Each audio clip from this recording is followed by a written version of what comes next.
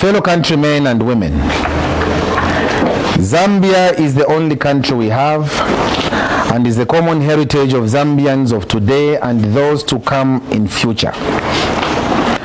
Each and every one of us have an inherent disposition to ensure our actions, plans, and works contribute to building a better Zambia. A better Zambia where we have continued peace and unity.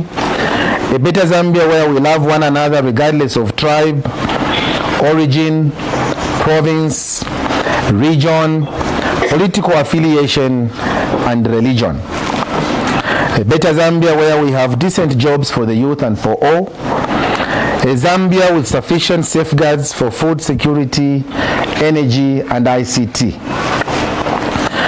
A better Zambia with visionary and formidable leadership enshrined in good governance and democracy and rule of law, and a better and developed Zambia offering competitive products and services on the international arena globally. The happenings in our country in the last 2 years have eroded the confidence that the Zambian people had in the UPND leadership. Our beloved and well-cherished State House has become a grand den for executing illegal deals, lawlessness, and vindictiveness, and a haven for thieves and the corrupt. No wonder it is not Zambia's #1 residence anymore. State House officials are involved or accused of being involved in gold scandals.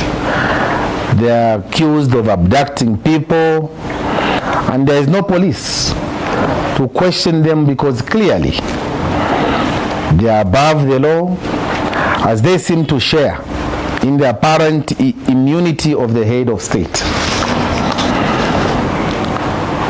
The Anti-Corruption Commission Board has been dissolved for doing their job, which is extremely worrying. The misinformation and deception by the executive minister on the 61 containers of medicines by Zambia Medicines and Medical Supplies Agency demonstrates serious system maneuvers of the UPND habitual deception and cover up for their incompetence and possible corruption in the entire procurement, delivery, and distribution systems. This government is only interested in lining their pockets, making their grand corruption to the extent of making a corruption of successful governments before them as such pocket thefts. There is no political will on the part of President Hakainde Hichilema to fight corruption, which he so badly wants to be heralded as its champion, as he parades corruption of previous regimes while making himself judge and jury through lenses of political affiliation and considerations. Ladies and gentlemen, we have rising cost of living and increasing poverty levels. When the UPND took over government in 2021, the country had sufficient maize reserves to last at least 3 years. But owing to their insatiable appetite to do deals, they decided to sell all the maize in the strategic reserve, sending Zambians into instant poverty and forcing the president into declaring a hunger disaster. The UPND government has continued to inflict untold hardship on the citizens of this country owing to their haphazard way of doing things. Policy incoherence and inconsistency seem to be the order of the day, with the president, the vice president, and the entire cabinet giving conflicting falsehoods on the same issues. Sometimes the same person even forgets what he or she had said last time and concocts another false statement. Zambians are suffering because of the haphazard decisions that the government of President Hakainde Hichilema is making. Ladies and gentlemen, a 25 kg bag of mealie meal has increased by over 200% since President Hakainde took over in a space of 3 years. Zambians are back to queuing up for mealie meal, something that was last seen in 1989 and 1990 during the UNIP era. We are witnessing untold hunger as most families, including most middle-class families, fail to make ends meet. President Hakainde Hichilema has again missed the fact that Zambia is not witnessing the worst drought ever in the history of Zambia. We are witnessing the worst hunger ever due to the worst leadership ever. The know-it-all leadership that traded maize from the strategic reserve quickbacks to line their pockets. That gamble alone has led the country to now access very expensive maize, costing our government coffers more of our money. Ladies and gentlemen, is not making any effort to address the plight of women and youths in Zambia. While women and youths have the capacity to drive economic development, it is sad that the UPND government does not seem to have any plan to ensure that they are helped out of the challenges that they continue to suffer. The role of government is to create an enabling environment through which private enterprise should thrive and create employment. This government has gone out of its way to frustrate Zambian-owned businesses by overburdening them with taxes while providing incentives to foreign entities that end up externalizing all their profits, leaving very little or nothing for their operations in Zambia. Under this government, we have seen the women and youths continue to languish and engaged in illicit vices that in most instances have put their lives at risk owing to lack of employment opportunities. Other than that, they have continued to recruit for the defense forces at the time when we should be redeploying our men and women in uniform to do more peacetime activities that will help spur economic activity and drive employment creation. As a government in waiting, the Citizens First appreciates the value that women and youths play in any progressive economy. And it is against this background that we continue to advocate for the welfare of women and youths in Zambia and the role they play in economic development and nation building. 3, poor leadership. Ladies and gentlemen, the Citizens First has maintained that the problem that Zambia has is not the lack of finances. It is not the non-availability of human resources or the lack of infrastructure. It is a problem of leadership.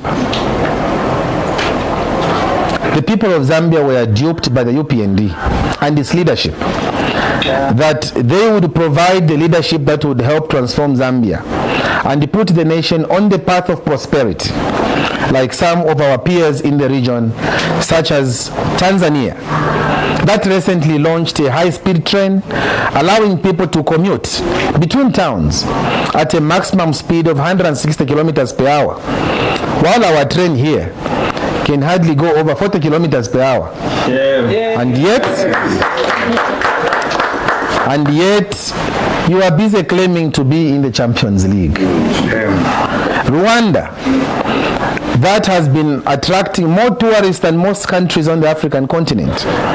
They have even donated 1,000 metric tons of relief maize to Zambia, besides the country being comparatively small in terms of landmass when compared to Zambia. I was telling my colleagues before I came here that Rwanda's landmass is only about 27,000 square kilometers. Rwanda is just about the size of Serenge, because Serenge is about 22,000 square kilometers. Zambia is on 751,000 square kilometers. How can a country with such land mass go to Serenge only to go and get 1,000?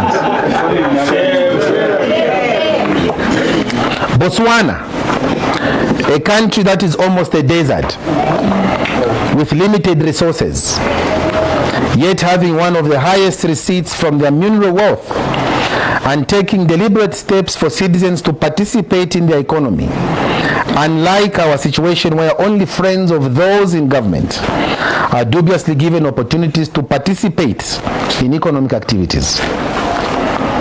Congo DR, a country that this government is busy claiming to be feeding and using it as a decoy to explain away their importation of GMO maize, and yet economically, DRC's GDP is twice bigger than that of Zambia and has been recording a year-on-year growth rate that is poised to make DRC have a higher middle class than that of Zambia.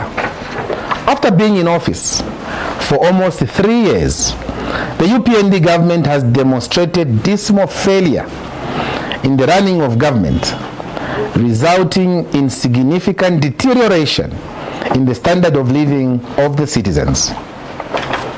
It is clear that the current government does not have a strategy that will help emancipate the people of Zambia, and instead of increasing the middle class, they are first diminishing the middle class, reversing all the gains that the nation had recorded under the 30 years of the MMD as well as the PF governments in a space of less than 3 years. The citizens first is concerned that if this government is not stopped in 2026, this country shall be turned into a laughingstock and will be among the poorest countries on the continent, while those in the corridors of power will be among the richest leaders in Africa. 4, failure to deal with corruption. The citizens first is concerned with the president's lack of transparency that has manifested itself with his continued refusal to declare his assets in line with the tenets of good governance. It is our founded view that in so doing he has created an opportunity to amass illicit wealth without anyone questioning how he amassed that wealth. It is important that as head of state, he learns to lead by example by showing the citizens that he stands for transparency rather than just talking the talk. While the CF has in the past raised concerns in this area, we would however like to acknowledge and appreciate the fact that we have seen an increase in the number of oversight organizations, non-government organizations, and even foreign dignitaries and missions that have started to raise concerns over the manner in which the UPND government is handling corruption cases. Some have even gone to the extent of calling out the president for failing to declare his assets.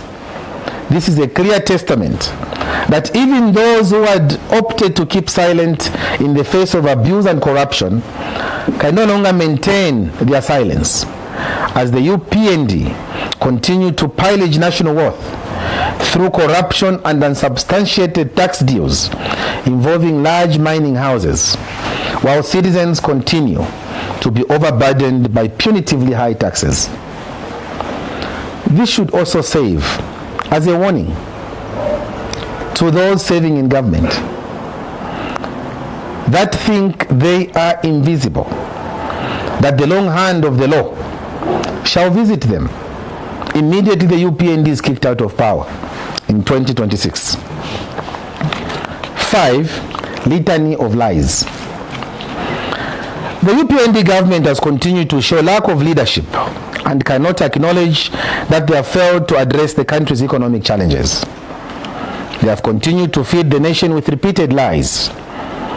Where their lies have failed, they have opted to resort to playing the blame game by allocating blame on the previous government. 18 days from today,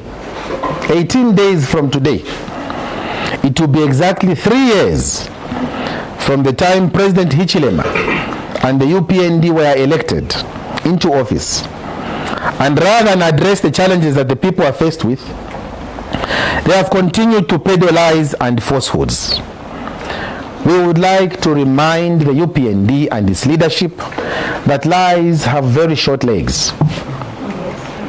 Maybe we need to remind Mr. Hakainde Hichilema of some of the things he promised, to accept that indeed he has lied enough to the people of Zambia. Yes. Mr. President, when are the people going to buy mealie meal at 50 kwacha as you promised them?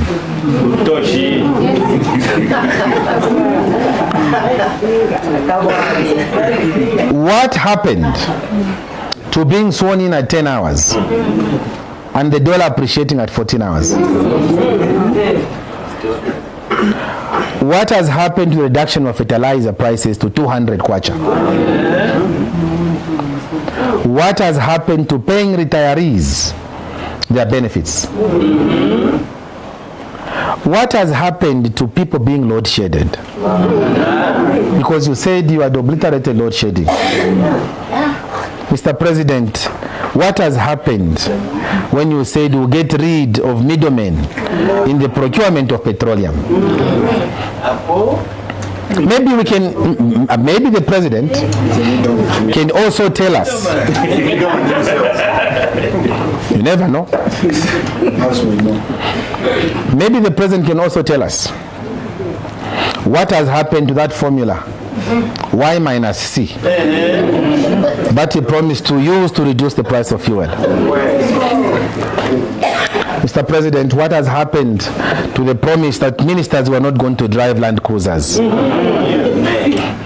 Your Excellency, sir, what has happened to your promise that you will not use the Gulf Stream when you become president?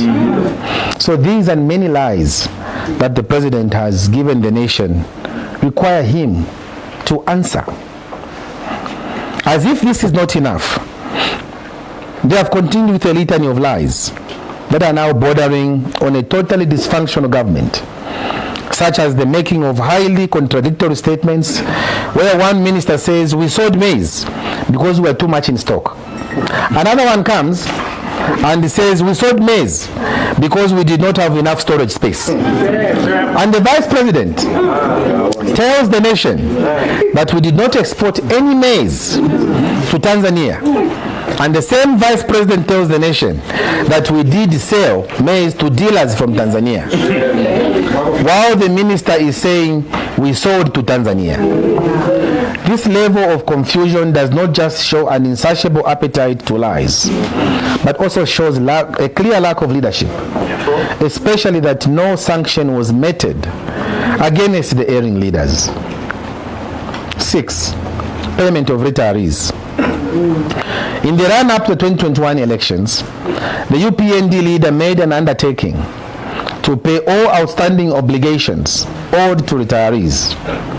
To date, that commitment has only received lip service, as we still have a large number of retirees who have not been paid their benefits yet. We are calling upon government to ensure that they actualize this campaign promise, especially in the light of the economic challenges that the citizens are currently faced with. While we understand that this government has a higher propensity to tell lies, we feel the issue of retirees must be dealt with the seriousness it deserves, especially that these are people who have served their country with diligence, and denying them access to their package is not just inhuman, but also shows how this government does not seem to care about its citizens, let alone senior citizens. 7. Sale of land to foreigners. The citizens first is concerned that the UPND government does not seem to value traditional leaders in any way, and has demonstrated a complete and total disregard of the customary role that they play in the administration of the country. Their desire to turn over the sovereignty of this nation to foreign interests by selling them large parcels of land leaves much to be desired. It is totally unacceptable that while an average Zambian does not have land to their name, the Zambian government is busy giving away large parcels of land to foreign entities. We would like to remind the President that he should not abrogate his constitutional duty of safeguarding the interests of Zambians through selling of assets to foreign entities. If by any chance he has failed to address the agricultural challenges he has created, the best he can do is to step aside and let others who have the capacity, exactly, like some of us standing here, take over.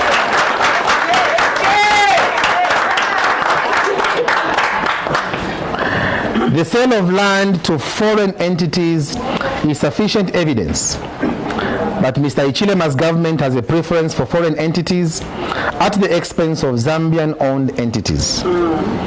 One such an example is the reluctance to clear the amounts owed to local contractors, while foreign contractors have been paid under this same UPND government.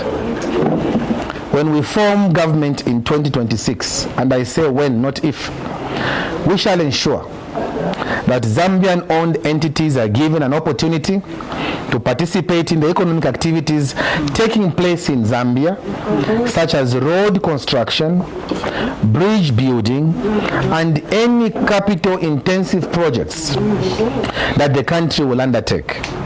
We will ensure that the Citizens Economic Empowerment Commission Act is amended to give preference to Zambian-owned companies in all government procurements, regardless of the scale or scope.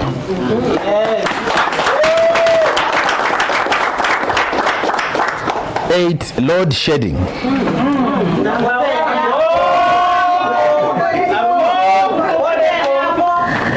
The Citizens First is concerned with the continuous load shedding of power, as it has potential to negatively impact on the Zambian economy. It is ironic that while Zambians are faced with the negative impact of losing power for up to 18 hours, with others experiencing even longer hours, ZESCO has continued to export power to some neighboring countries that are not even load shedding their citizens. We have explained this before, that ZESCO's installed capacity is standing at 3,777 megawatts a day. The whole Zambia, the consumptive capacity of the whole country on a daily basis is just about 2,450 megawatts on a daily basis.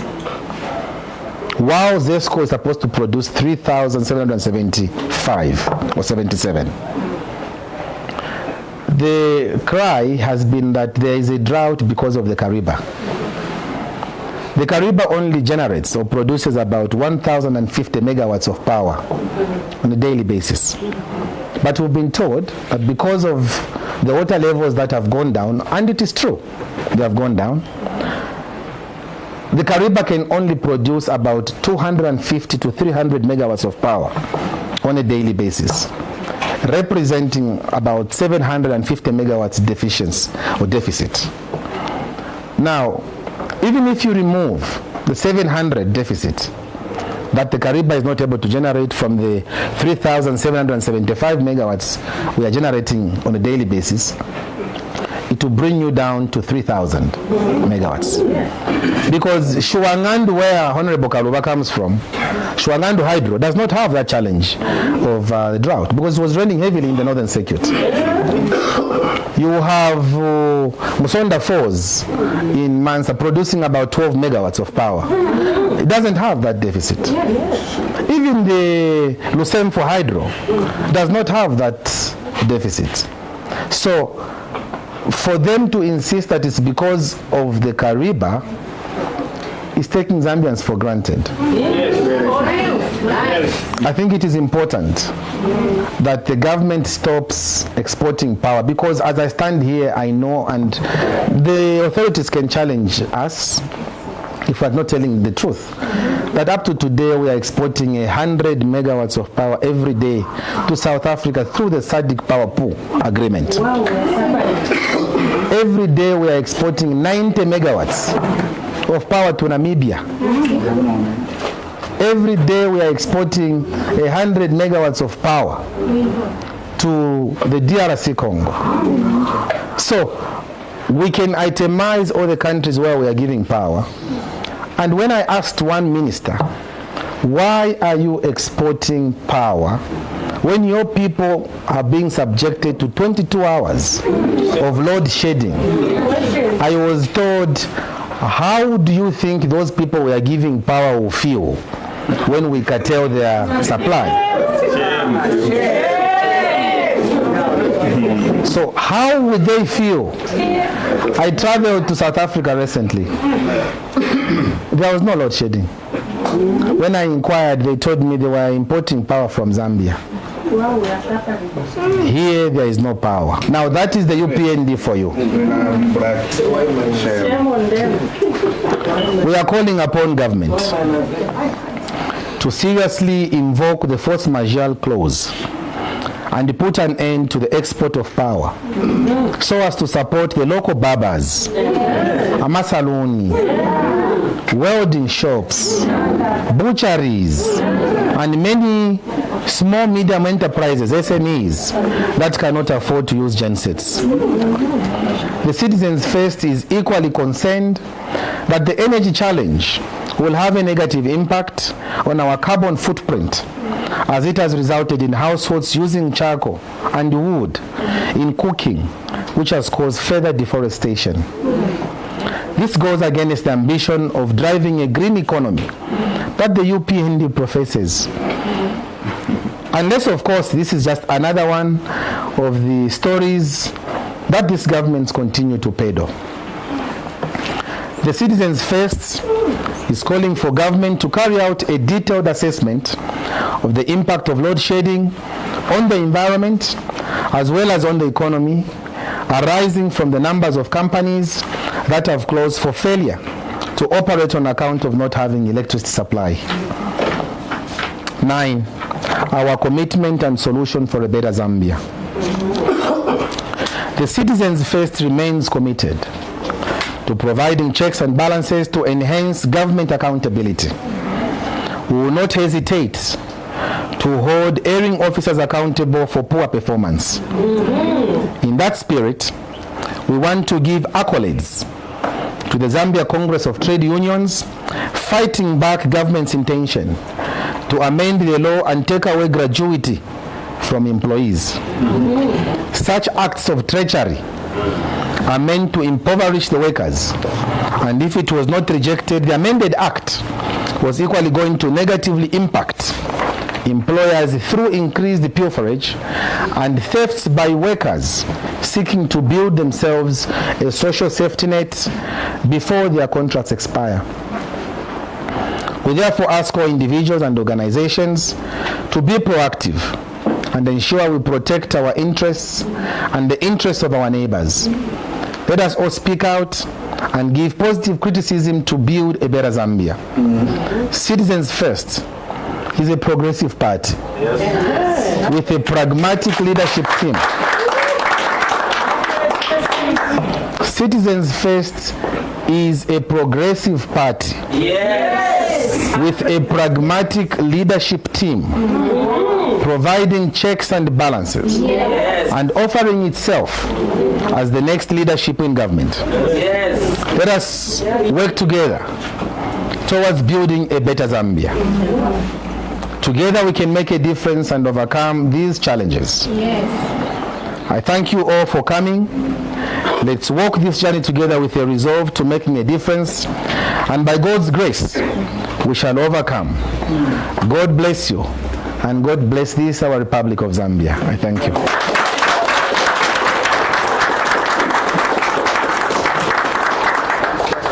Mr. President, thank you so much for the note that you have given to the nation.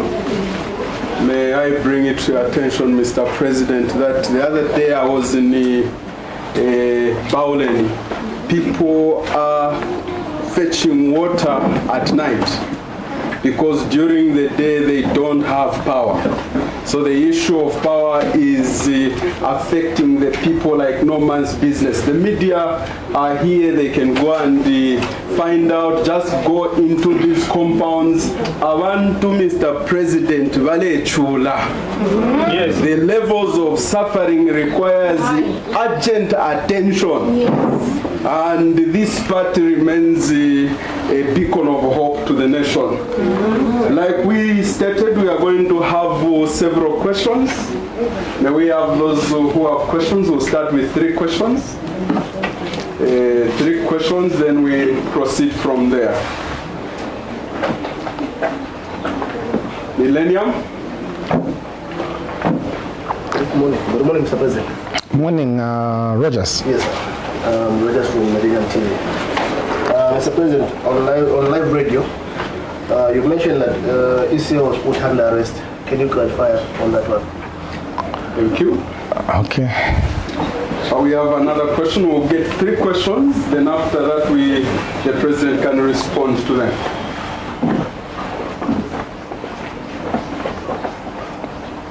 As they are thinking, there is a hand. Yes, your name and the media house you are coming from. Good morning, Mr. President. Good morning. My name is Felix. I'm a freelance journalist. I have one question which I want your clarification, sir. And this question is based on our former president, ECL, being under arrest as he was quoted live on radio this morning. Thank you. What is your comment, sir? Thank you. I think the 2 questions are related. Is Alfonso here? Okay, so we'll deal with those 2 questions first. Okay, I think for me, what I said on live radio concerning the former president, I think let's understand it in the context I meant to say what I said. When President Lungu lost power in 2021, he freely and willingly went to the Independence Stadium to go and hand over power. It's now called Heroes Stadium. He went to hand over power freely. When he went to hand over power freely, he was booed at the Heroes Stadium for handing over power freely. Remember that the proviso in our constitution allows for those that are grieving to, I think it gives 14 days in which one could go to court and the court is expected to adjudicate over that matter. For a person who's sitting in government to say, I will not even use that proviso, I will not use that 2 weeks, I will just hand over power because the Zambian people have spoken, was in itself being very magnanimous, I must say. With all his weaknesses, but that was very magnanimous. Creating a buzz for our democracy in Zambia. The moment he handed over power, you and I saw that the former president was stopped from going for jogging. You saw that the former president wanted to go for a mission, was it in Singapore? At the airport, he was taken out of the aircraft. You and I saw that the former president, they were almost breaking into his house and all kinds of things. His freedoms have been shrunk to levels never imagined. So, house arrest is a figurative statement I was making. While he might not be under the actual house arrest, but the movements and freedoms of the former president have been curtailed to levels this country has never witnessed before. And I was saying on that radio that this issue of using state institutions like the Drug Enforcement Commission, the Anti-Corruption Commission to settle political scores must come to an end. Because it cannot just be that it is the former president and his family that are so much in trouble. It is his family and all those associates around him. Zambians, these are things that we should not be shy to talk about. And they say,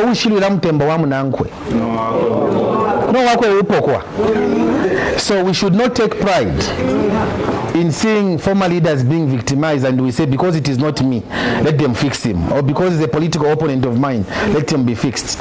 The truth of the matter is that in Botswana we have seen presidents exchange power. We have never heard that two presidents of Botswana are jogging. In Kenya, President Ruto and President Uhuru were fiercest opponents. But you know what happened? After the elections, President Ruto even asked President Uhuru to go and monitor elections. Here, President Lungu cannot even be allowed to monitor any elections because he's trying to be reduced. And the question I posed to our president, Mr. Hakainde Hichilema, will he be happy if I treat him like that when I become president? Will he be happy if I subject his wife to all kinds of things when I become president? Because I want to have a go at him. It cannot be like that. No. It should not be like that. Fight President Lungu as an individual. So that is what I meant when I said he's under house arrest. His freedoms have collapsed. Deliberately so. Even his security has been taken away from him. A former president who made serious decisions on behalf of the people of Zambia has his security withdrawn. There are some people who don't like him for the decisions he made because he was head of state. And we just expose him like that. But anyway, this is Zambia, and these things will be dealt with at an appropriate time and corrected when the time comes. Yes. Mr. President, it's the hope of a more peaceful tomorrow that brings us here. We know the country is in a very turbulent period. Yes, you may tell us your name and the media where you are coming from. Good morning, Mr. President. My name is Nelson Zulu from Cambridge TV. I've got three brief questions. The first one being on the issue of corruption. You vehemently condemned corruption under the UPND administration. But what solutions should be put on the table that going forward, corruption is fought equally? Second, the former political advisor to the former president, Dr. Chris Zumani, ranked you as the 12th opposition leader in the country. And here you are claiming that you are a party in waiting. Isn't that contradicting in terms of your hopes as well as what other stakeholders might be thinking is the case? My third question also borders on the aspect of the roadmap that was issued by the Electoral Commission of Zambia, which is saying next election, that is in 2026, they'll announce the elections on the 17th of August. What is your take as regard that roadmap that was issued as well as the legal reforms that this commission is undertaking? Thank you very much. Maybe I'll start with the last question, the one for the legal reforms for the Electoral Commission of Zambia. I think it's Dr. Mkuka here who represented our institution for that very important meeting, and he has submitted a report on that particular issue, and the leadership of the party will be sitting to look at the report which Dr. Mkuka has presented to us. So I do not want to preempt the position of our party until when the Central Committee sits to give its correct position on that. The second question you asked me was on Dr. Zumani. Well, I think for me, I will answer that ranking with an analogy. Two people had gone to those who read palms.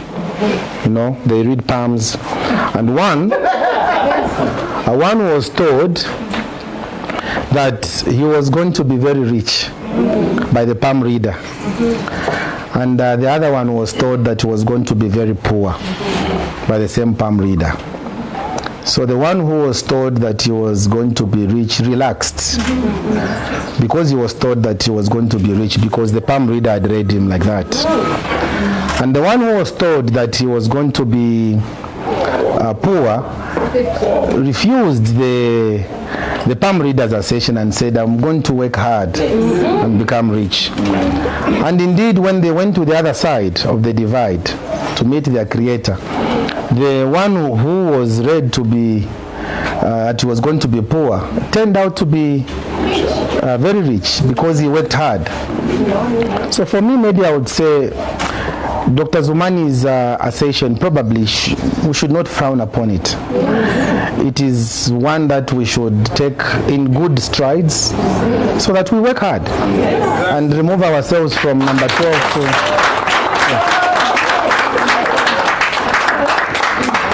So it is going to give us, it's an impetus for us to work harder, go out and mobilize. That is why we are having Ambassador Mwape. Where is he? Oh, I'm safe, eh? Ambassador Mwape is going to the Copper Belt. You see, we have got colleagues going to Southern Province. I think it's the SG tomorrow. Be traveling there. I'm traveling to Western Province. So it is giving us an edge to work even harder, and we'll continue working harder in that fashion. The other first question you asked was on Solutions as regards the solutions to corruption. What we have said ourselves as CF, and we've said this time without number, has been that corruption must be fought in its facets. Yes. Zero tolerance to corruption must mean that the law must remain blind and catch up with all those that are committing it. And so if you read our manifesto, which we hope Wachalo should be launching in the next very few days, corruption under the citizens first will be an unbailable offense. So that tells you that it's a very serious offense for us, because we can't have medicines because some people have taken more money from the national treasurer in petroleum procurement. We can't have that child have quality education despite the free education.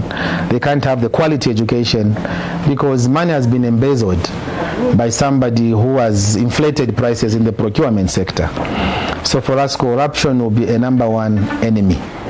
And this I'm saying with a lot of certainty. Thank you so much. Thank you, Mr. President. You can give us your name and the media you are coming from, sir. Right, thank you so much, Mr. President. My name is Best Jerry from Diamond TV. Yes.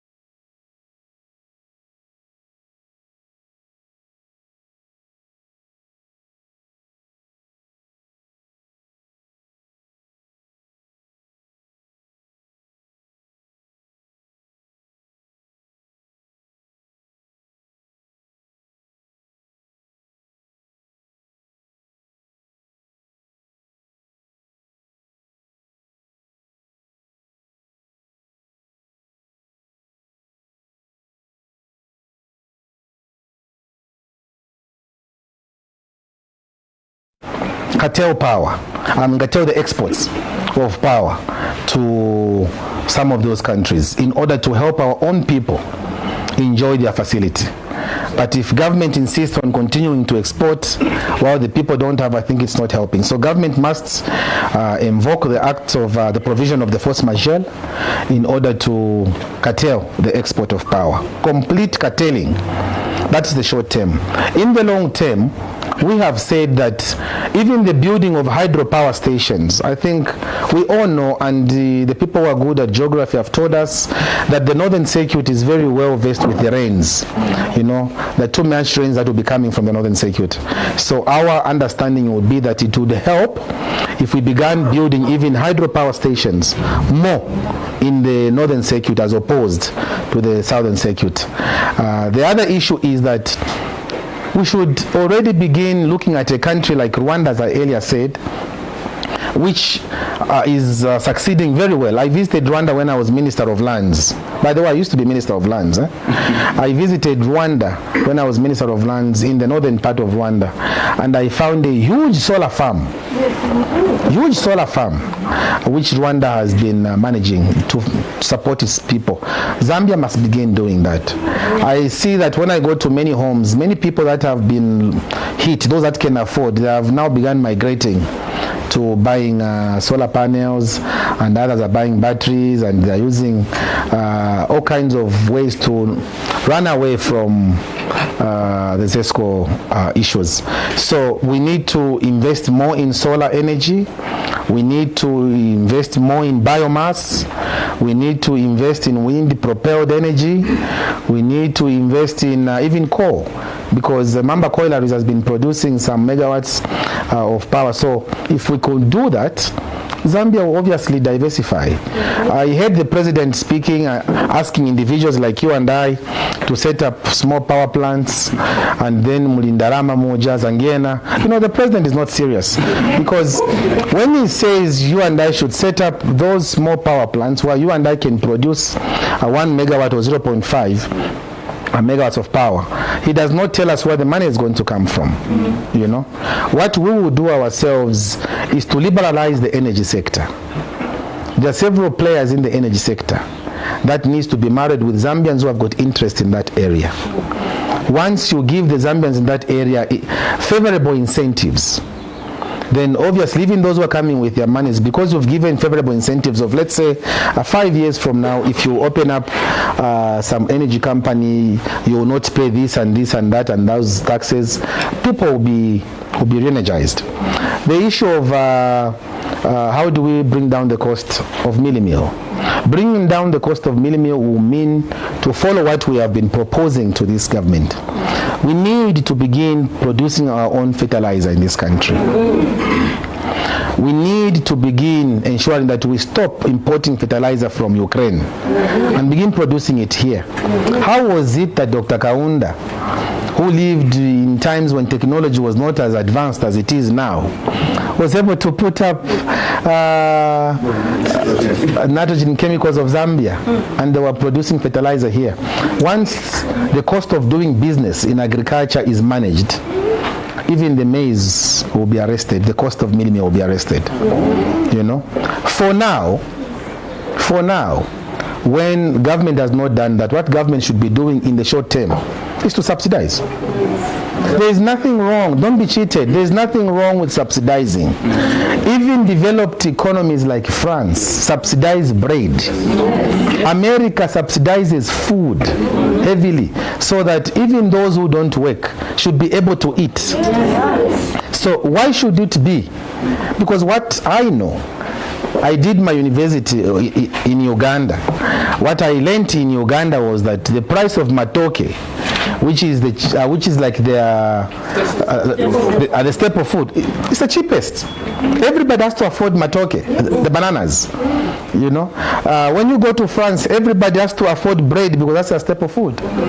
Why is it that here, bread, milling meal must be an issue? Queues and queues, people, and you have praise singers saying that is the way we should be. Anyway, I was telling somebody the other day that even during the time of Zelensky, we had people who are saying Zelensky Mwaume. So it's not something that is new. It is, you always have pockets of those people across the divide. I think I've answered the question, right? Thank you so much. Thank you. On this note, I think we have answered all the questions that needed to be answered. Mr. President, we thank you for addressing the nation. We thank the media for taking their time. And we are coming to the end of the press briefing right here. Thank you so much. Thank you so much.